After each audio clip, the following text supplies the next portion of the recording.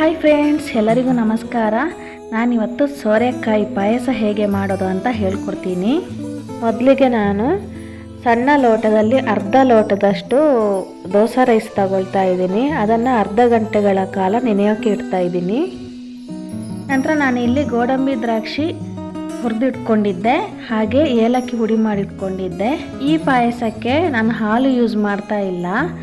Medium ಸೈಜಿನ ಅರ್ಧ ತೆಂಗಿನ ತುರಿಯನ್ನು ತಗೊಂಡಿದ್ದೀನಿ. ನಂತರ ಮಿಕ್ಸಿ ಜಾರಿಗೆ ತೆಂಗಿನ ತುರಿ ಮತ್ತು ನೆನೆಸಿಟ್ಟ ಅಕ್ಕಿಯನ್ನು ಸೇರಿಸಿ ಚೆನ್ನಾಗಿ ಗ್ರೈಂಡ್ ಮಾಡ್ಕೋಬೇಕು. ನಂತರ ನಾನಿಲ್ಲಿ 1 ಚಮಚದಷ್ಟನ್ನು ಗಸಗಸೆ ಸೇರಿಸ್ಕೊಳ್ತಾ ಇದ್ದೀನಿ. ಗಸಗಸೆ ಆಪ್ಷನಲ್, ಇಷ್ಟ ಇದ್ದವರು ಆ್ಯಡ್ ಮಾಡ್ಕೋಬೋದು. ಚೆನ್ನಾಗಿ ಗ್ರೈಂಡ್ ಮಾಡಿಟ್ಕೊಂಡೆ. ನಂತರ ನಾನಿಲ್ಲಿ 1 ಸೋರೆಕಾಯಲ್ಲಿ ಅರ್ಧದಷ್ಟು ತಗೊಳ್ತಾ ಇದ್ದೀನಿ. ನಾನು ತಗೊಂಡ ಸೋರೆಕಾಯಿ ಬೆಳೆದಿರಲಿಲ್ಲ.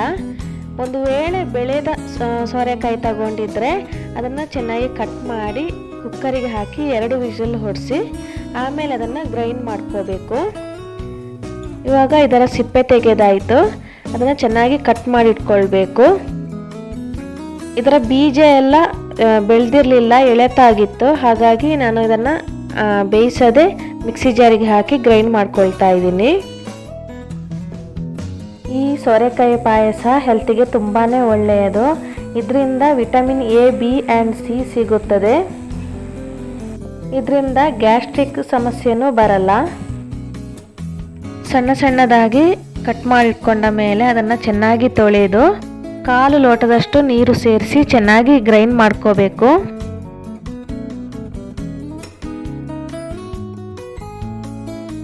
ನೋಡಿ, ಇವಾಗ ಚೆನ್ನಾಗಿ ಗ್ರೈಂಡ್ ಮಾಡಿಟ್ಕೊಂಡೆ. ನಂತರ ಅದನ್ನು ಕುಕ್ಕರಿಗೆ ಸೇರಿಸ್ಕೊಳ್ತಾ ಇದ್ದೀನಿ. ನಾನಿಲ್ಲಿ ಕುಕ್ಕರಲ್ಲಿ ಮಾಡ್ಕೊಳ್ತಾ ಇದ್ದೀನಿ. ಮೀಡಿಯಮ್ ಉರಿಯಲ್ಲಿ ಇಟ್ಕೊಂಡು ಚೆನ್ನಾಗಿ ಮಿಕ್ಸ್ ಮಾಡ್ಕೊಳ್ತಾನೆ ಇರಬೇಕು. ನಾನಿಲ್ಲಿ 1/4 ಕಪ್ಪಷ್ಟು ಬೆಲ್ಲ ತಗೊಂಡಿದ್ದೀನಿ. ಸಕ್ಕರೆ ಕೂಡ ಯೂಸ್ ಮಾಡ್ಬೋದು. ನಾನಿಲ್ಲಿ ಬೆಲ್ಲ ಯೂಸ್ ಮಾಡ್ತಾ ಇದ್ದೀನಿ.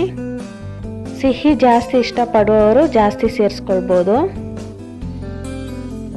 ಬೆಲ್ಲ ಸೇರಿಸಿ ಚೆನ್ನಾಗಿ ಮಿಕ್ಸ್ ಮಾಡ್ಕೊಂಡ ಮೇಲೆ ಸ್ವಲ್ಪ ಒಂದು ಅರ್ಧ ಚಮಚದಷ್ಟು ನಾನಿಲ್ಲಿ ಕಲ್ಲುಪ್ಪು ಸೇರಿಸ್ಕೊಳ್ತಾ ಇದ್ದೀನಿ. ಕಲ್ಲುಪ್ಪು ಇಲ್ಲದವರು ಹುಡಿ ಉಪ್ಪು ಕೂಡ ಸೇರಿಸ್ಕೊಳ್ಬೋದು. ಚೆನ್ನಾಗಿ ಮಿಕ್ಸ್ ಮಾಡ್ಕೊಂಡ ಮೇಲೆ ಸ್ವಲ್ಪ ಕುದಿ ಬರಬೇಕು, ಹಸಿ ವಾಸನೆ ಎಲ್ಲ ಹೋಗಬೇಕು. ನಂತರ ಇದಕ್ಕೆ ನಾನು ಗ್ರೈಂಡ್ ಮಾಡಿಟ್ಟ ಅಕ್ಕಿ ಮತ್ತು ತೆಂಗಿನ ತುರಿಯನ್ನು ಸೇರಿಸ್ಕೊಳ್ತಾ ಇದ್ದೀನಿ.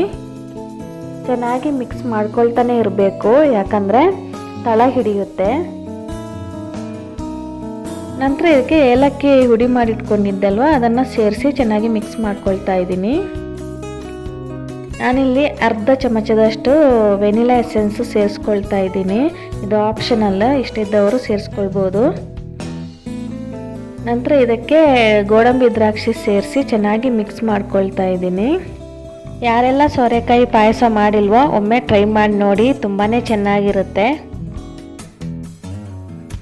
ಪಾಯಸ ಗಟ್ಟಿ ಅಂತ ಅನಿಸಿದ್ರೆ ತೆಂಗಿನ ತುರಿಯನ್ನು ಚೆನ್ನಾಗಿ ಗ್ರೈಂಡ್ ಮಾಡಿಕೊಂಡು ಹಿಂಡಿ ರಸ ತೆಗೆದು ಅದಕ್ಕೆ ಸೇರಿಸ್ಕೊಳ್ಬೋದು.